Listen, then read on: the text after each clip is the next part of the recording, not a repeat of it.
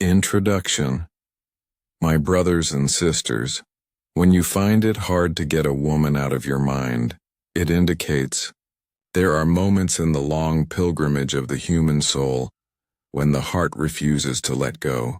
You find yourself thinking of her, not merely as a person but as a presence that lingers in the corridors of your consciousness.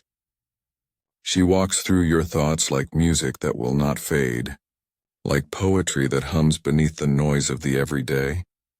You try to move on, to occupy yourself with duty, ambition, or the machinery of progress, but she remains. And the question rises, uninvited yet necessary, why? Why is it that when we find it hard to get a woman out of our mind, it indicates something deeper, something far beyond attraction, desire, or nostalgia? My dear brothers and sisters, this phenomenon, this haunting of the heart, is not merely romantic. It is existential. It reveals the depth of your own soul, the unhealed places within you that long for connection, wholeness, and meaning. It reveals that love, when genuine, touches the spiritual dimension. It is the echo of eternity in the finite chambers of our being. Cornel West once said, "Never forget that justice is what love looks like in public." In private, that same love, when misunderstood or unfulfilled, becomes a teacher, whispering lessons about who you are, what you value, and how deeply you are willing to feel. To find it hard to let go of someone is not weakness. It is the sign that your heart still beats with passion in a world that has grown cold and cynical. It means you have not surrendered to numbness. You have not traded tenderness for convenience. It means that somewhere within you the sacred still burns. When you find it hard to get a woman out of your mind, it indicates that you are alive in the fullest sense, capable of devotion, capable of care, capable of memory that transcends the moment. But what you do with that feeling, that is where the real growth begins. Because love, when it lingers beyond the body, becomes a mirror. It shows you your attachment, your longing for control, your resistance to impermanence. It asks you to confront not her but yourself. And in that mirror, you might see a truth both painful and liberating. You do not miss her. You miss the version of yourself that loved without fear. The soul's reflection in desire. Desire is not a crime. Desire is the pulse of the human spirit, the yearning for what feels complete, the thirst for what awakens you. But in our age of fast love and temporary connection, we often confuse desire with ownership, affection with addiction. When you cannot stop thinking about her, you must ask, is this love or is it attachment? Is this admiration or obsession? Cornel West reminds us that love is always tied to courage. It takes courage to see someone as they are, not as we imagine them to be. Most of us fall in love not with the person, but with the idea of who that person represents in our story. The savior of our loneliness, the validation of our worth. And when they leave, that idea collapses. We are left with silence, and in that silence, we confront the truth that we were trying to escape. So when you can't get her out of your mind, maybe it's not about her absence. Maybe it's about your incomplete presence within yourself. Maybe your soul is asking you to look inward and retrieve the parts of you that you gave away too easily. Desire becomes destructive when it blinds you to reality, but desire becomes divine when it awakens reflection. In the language of Cornel West, love is not sentimentality, it is spiritual warfare. It is the struggle to maintain integrity in a world that tempts you to become hollow. So if she stays in your mind, let her not haunt you but heal you. Let her image remind you of your capacity to care deeply, not to chase endlessly, because every longing is a lesson. Every unfulfilled love is a teacher in disguise. It teaches patience, it teaches humility, and above all, it teaches self-understanding. The meaning behind her presence. When she refuses to fade from your thoughts, understand this. Her image survives not because she holds power over you, but because your soul has not yet learned the lesson her presence came to deliver. Some people enter our lives to stay. Others arrive to awaken, and those who awaken us we rarely forget. The mind clings to what the spirit cannot yet process. We replay the moments, the laughter, the look in her eyes, not because we want to live in the past, but because some part of our being is still trying to make sense of what that connection meant. Cornel West often speaks about the dance between love and death. To love deeply is to risk loss. To attach meaning to another human being is to expose your vulnerability to time. So when you cannot get her out of your mind, it means you are wrestling with the mortality of affection, that even the most beautiful experiences are bound by impermanence. Yet, that awareness is what gives them their sacredness. We remember not to cling but to honor. To love is to be marked forever by the encounter. So instead of asking, "Why can't I stop thinking of her?" ask, "What truth was she meant to reveal in me? Was she a reflection of your gentleness? A mirror of your insecurity? A spark that reignited your belief in beauty even in a broken world?" When you find it hard to move on, it's not a curse, it's a calling. A calling to go deeper, to heal the root, to grow beyond the surface story. It's the soul's way of saying there's more for you to understand before you are free. And when you do understand, you'll realize something profound. Letting go doesn't mean forgetting. It means transforming the memory into wisdom. The lessons hidden in longing. There's a quiet wisdom in longing, a strange kind of education that no book can teach.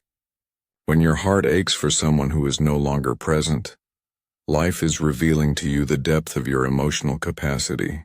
It's showing you that you can feel profoundly, that you have not been numbed by cynicism, that your soul is still tender enough to be touched. But longing, if left unexamined, becomes imprisonment. It can trap you in the illusion that fulfillment lies in the return of the person you lost. Yet in truth, longing is not about getting them back. It's about getting yourself back. Cornel West reminds us that authentic love is never about possession. It's about recognition, seeing the divine in another and through them remembering the divine within yourself. So when she lingers in your thoughts, it's not because your story is unfinished. It's because your transformation is incomplete. Longing is the soul's whisper saying, "Don't stop here. Keep learning. Keep unfolding." When you sit with the ache instead of running from it, you begin to see what it's been trying to tell you. Maybe it's asking you to honor your sensitivity instead of hiding it behind pride.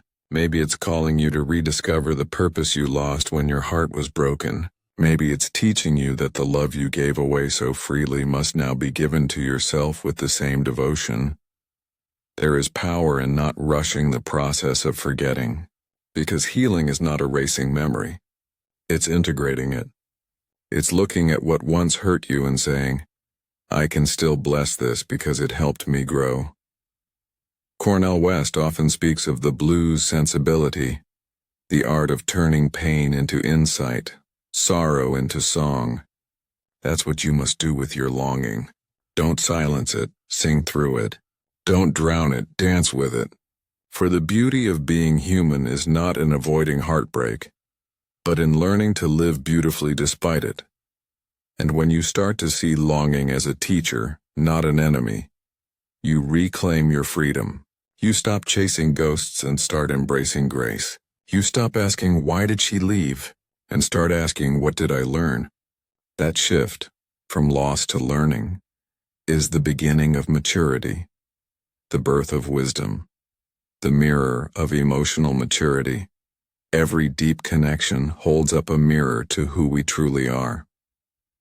When she entered your life, she did not merely walk beside you. She reflected parts of you that were hidden, waiting to be acknowledged. And when she left, that mirror remained, forcing you to confront the image you once avoided. Cornel West often says that love is the form of death in life, because to truly love you must let parts of your ego die, your pride, your fear, your illusions. So when she is gone and you still think of her, it may not be her absence you mourn, but the death of who you were when you loved her. That's why forgetting is hard. You're not trying to erase her. You're trying to reconcile with the version of yourself that existed when she was near. True maturity begins when you stop seeing love as a transaction. She completes me. She validates me. She fulfills me. And start seeing it as transformation. Every person you love changes you. Some stay to build with you. Others leave to build within you. You become emotionally mature when you stop seeking closure from them and start finding clarity within yourself. When you can look back and say, yes, it hurt, but I have grown through it. Yes, I miss her, but I now understand the lesson she brought. And that's the paradox of love. It breaks you open only to make you whole. It tears away the illusion so you can stand in the naked truth of your humanity. So if you can't stop thinking of her, understand. You are in the middle of your own becoming. You are in the sacred fire where the soul reshapes itself through reflection. Cornel West calls this the courage to love through catastrophe. Because love will test you. It will challenge your patience, your pride, your willingness to forgive. But when you pass through that test with humility, you emerge not bitter but better, not colder but clearer, to love and lose, yet still believe in love. That is the victory of the spirit. From memory to meaning. When the storm settles and your heart grows quiet, you begin to see her presence differently. She is no longer a haunting. She is a lesson, a symbol, a chapter in the story of your awakening. At first, you tried to resist the memory. You tried to distract yourself, to bury the thought under work, under ambition, under noise. But as Cornel West reminds us, to deny your pain is to deny your humanity. So, you began to listen to the silence instead. And there, in that silence, you discovered something profound. She was never meant to stay. She was meant to reveal your capacity to love without condition. Reveal the places where you still cling to fear. Reveal that love, even when it ends, is still sacred because it brought you closer to truth. When you reach this realization, thinking of her no longer hurts. It humbles you. You no longer wish to own her nor to forget her. You simply bless her existence and move forward with gratitude. That's when memory transforms into meaning. You carry her not as a burden but as a reminder that you once loved deeply, that you are capable of connection, and that even in loss, you found wisdom. Cornel West often speaks about the courage to be tender in a callous world. And that, my friend, is what this entire journey indicates. When you find it hard to get a woman out of your mind, it means you are still tender in a world that teaches hardness. It means you are still human in an age of detachment. It means you still believe in love, not as fantasy but as truth. So do not despise the memory. Honor it.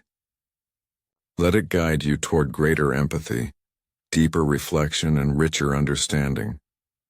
Because in the end, the goal is not to stop thinking about her. It is to start thinking more clearly about yourself. The renewal of the heart. When the night of longing begins to fade and you have wept what needed to be wept, there comes a stillness. Not the stillness of emptiness, but the stillness of understanding. You begin to realize that everything you thought was an ending was in truth an initiation. Cornel West reminds us that you can't lead the people if you don't love the people. You can't save the people if you don't serve the people. And in that same spirit, you cannot truly love another until you have served the deepest parts of yourself with compassion. You must learn to sit beside your pain, not as an enemy, but as a witness.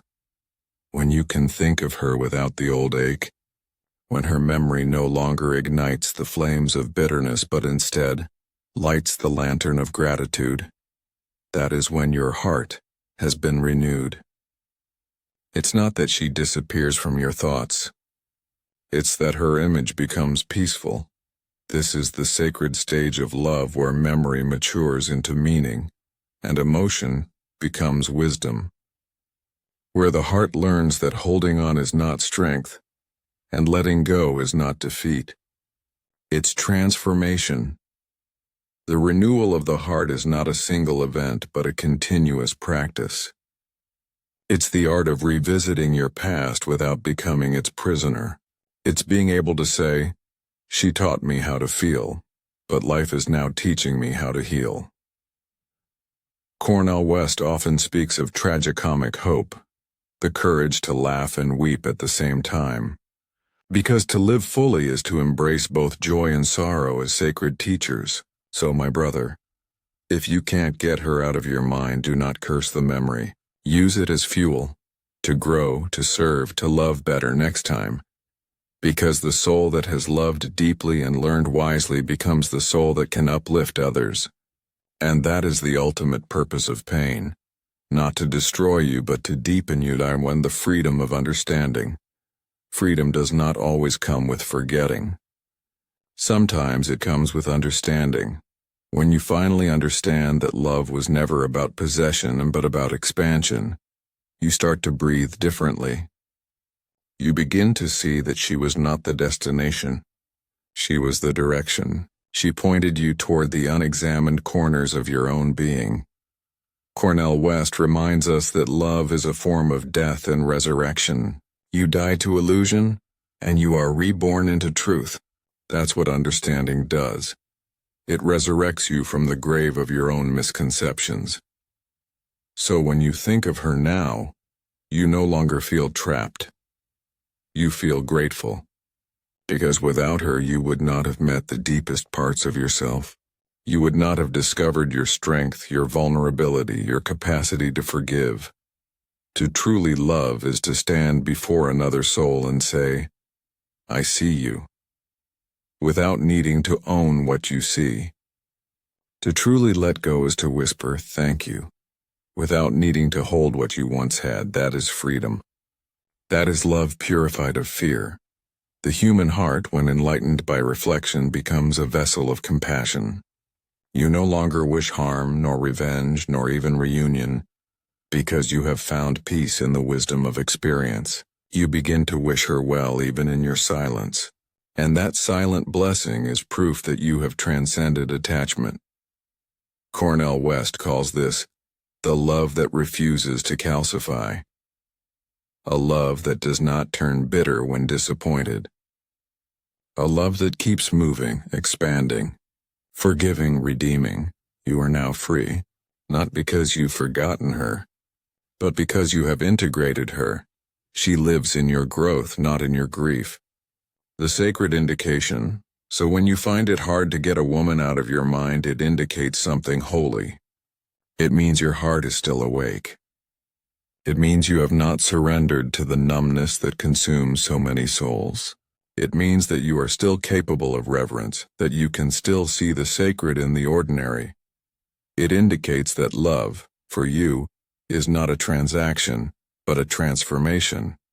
It indicates that you understand what Cornel West calls the prophetic energy of love. The kind of love that enlarges the soul and sharpens the conscience. When you can't forget her, you're standing at the intersection of pain and possibility. And from that place you can choose, will I cling to the past or will I rise toward wisdom? Let her memory not be a chain but a compass. Let her absence not be a wound but a window, through which you can see how vast your heart truly is. Because the truth is, no one really leaves us once they've taught us how to love. They become part of the symphony of who we are, woven into the rhythm of our becoming. And one day when you meet another soul, you will love again, not from emptiness, but from understanding. You will speak gently, act wisely, and feel deeply, not because of her absence, But because of her influence, that, my friend, is the divine irony of love. We spend years trying to get someone out of our mind, only to realize they were sent to awaken our soul. So if she crosses your thoughts again, smile with gratitude, because it indicates that you have loved, that you have learned, and that your heart, though tested, still beats with the courage to care.